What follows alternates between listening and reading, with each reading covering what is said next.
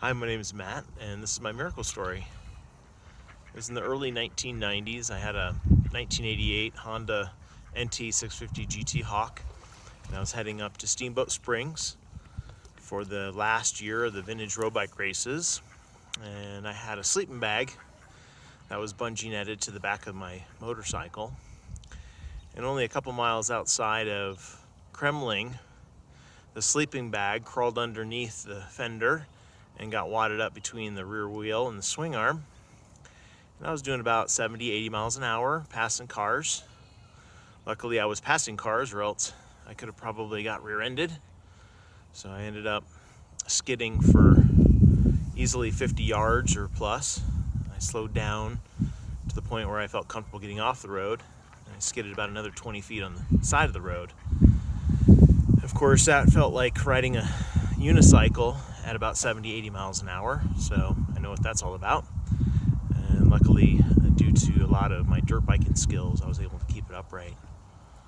And it was, once I got off the motorcycle, I realized what had happened, because obviously I had no idea. I thought maybe something in the engine had locked up. So as I was trying to get the sleeping bag out from underneath the swing arm, or between the swing arm and the rear wheel, somebody had passed by and he had stopped, and he was on a BMW as well.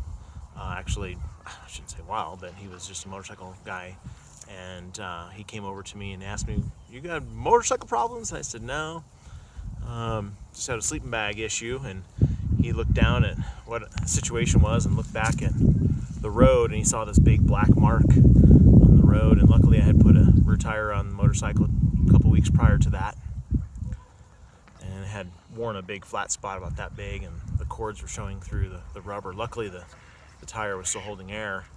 So he said, "Boy, you had angels on your shoulder." And I said, "Yes, sir." And so he's like, "You're gonna be okay?" I said, "Yeah, I'm gonna hobble it into Kremling."